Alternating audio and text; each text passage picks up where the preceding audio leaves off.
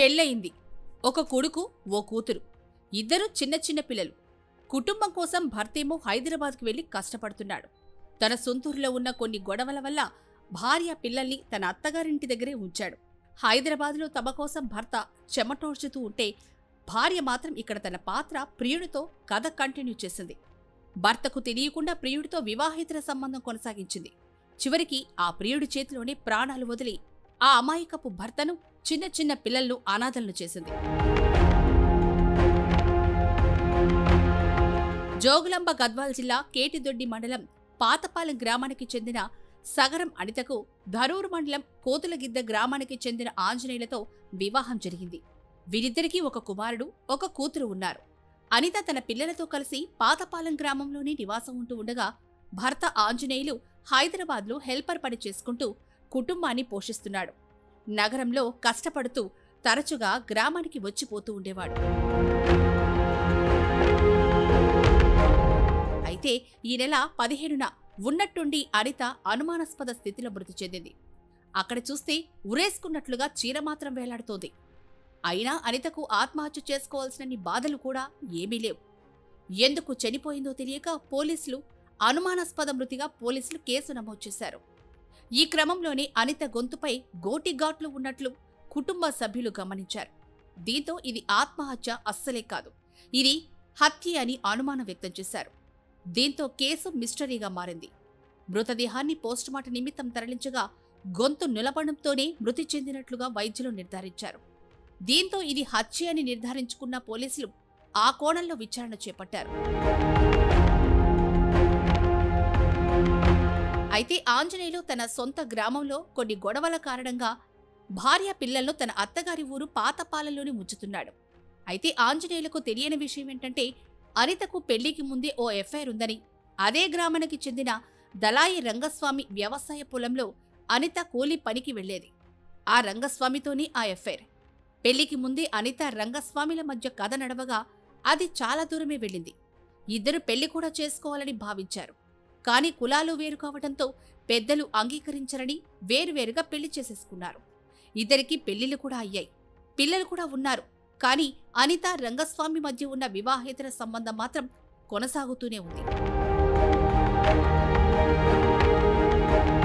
అనిత ఆర్థిక పరిస్థితి అంతగా బాగోలేకపోవడంతో రంగస్వామి ఆమె కుటుంబ అవసరాలన్నింటినీ తీర్చేవాడని గుసగుసలు వినిపిస్తూ ఉండేవి. అయితే తాగుడు అలవాటున్న రంగస్వామి తాగి అనిత వద్దకు వెళ్తూ ఉండేవాడు. కొన్నిసార్లు అనిత అంగీకరించేది కాదు. దీంతో ఇద్దరి మధ్య తరచూ గొడవలు జరిగేవి. అనిత తన్ను దూరం పెడుతూ ఉండడంతో రంగస్వామికి కోపంతో పాటు అనుమానం కూడా పెరిగేది. వేరే వారితో కూడా అక్రమ సంబంధం పెట్టుకోవడం వల్లే తన పట్ల ఇలా వ్యవహరిస్తూ ఉందని రంగస్వామి అనుమానించేవాడు. ఇదే సమయంలో ఆమెను అంతమొందించాలని నిర్ణయించుకున్నాడు. ఈ క్రమంలోనే ఈ నెల 15న రాత్రి సమయంలో అనిత ఇంటికి రంగస్వామి వెళ్లాడు. కొన్ని రోజులుగా నీ పద్ధతి మంచిగా లేదు అని హెచ్చరించాడు. అందుకు అనిత, నువ్వెవరు నన్ను అడగడానికి, నా ఇష్టం వచ్చినట్లు నేనుంటా అని బదులివ్వడంతో ఇద్దరి మధ్య మాటా పెరిగింది. ఆగ్రహంతో రంగస్వామి ఆమె చెంపపై కొట్టగా అనిత కూడా ఎదురు తిరిగి వెంట్రుకలు పట్టి అతని చెంపపై కొట్టింది. దీంతో కోపంతో రెచ్చిపోయిన రంగస్వామి అనిత గొంతుని నులిమాడు. ఈ పెనుగులాటలో అనిత ప్రాణాలు కోల్పోయింది. అయితే అనిత మృతి తనపైకి రాకుండా ఉండేందుకు రంగస్వామి మాస్టర్ ప్లానే వేశాడు. అనిత చీర కొంగుతో ఆమె గొంతుకు గట్టిగా బిగించాడు. ఆమె చనిపోయిందని నిర్ధారించుకున్న తర్వాత అక్కడి నుంచి వెళ్లిపోయాడు. అన్నీ కరెక్ట్గానే కవర్ చేశాడు. కానీ అనిత గొంతుకి గుచ్చుకున్న గోటి గాయాలు మాత్రం అతన్ని పట్టించేశాయి.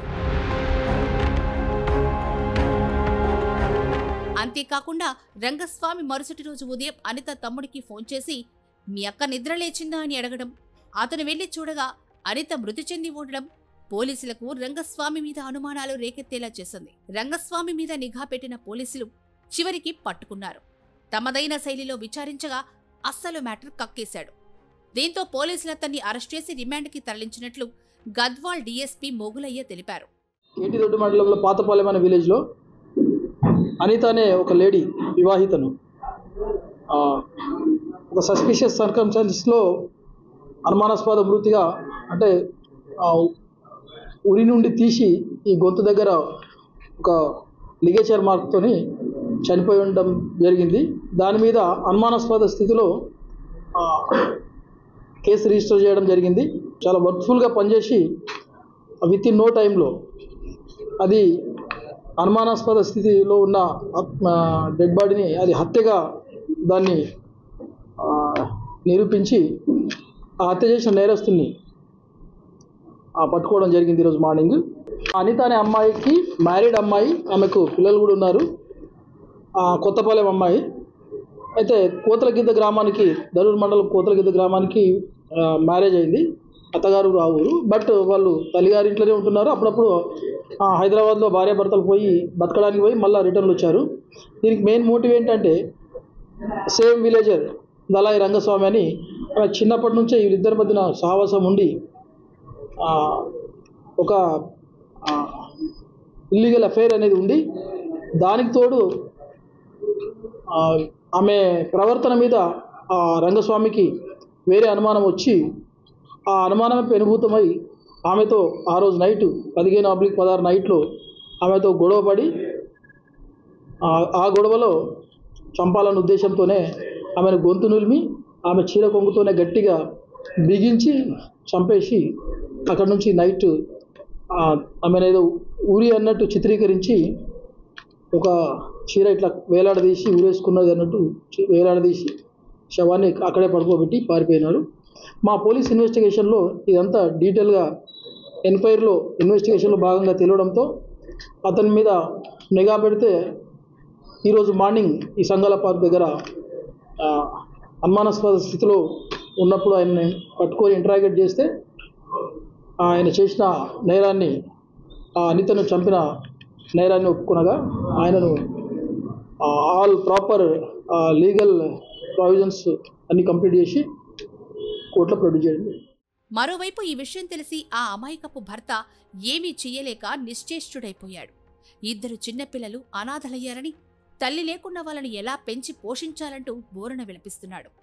నిందితుడిని కఠినంగా శిక్షించాలని మృతురాలి కుటుంబ సభ్యులు కోరుతున్నారు. వివాహేతర సంబంధాలు చివరికి ఎలా విషాదాంతం అవుతాయి అన్నది ఈ కేసు మరో నిదర్శనం.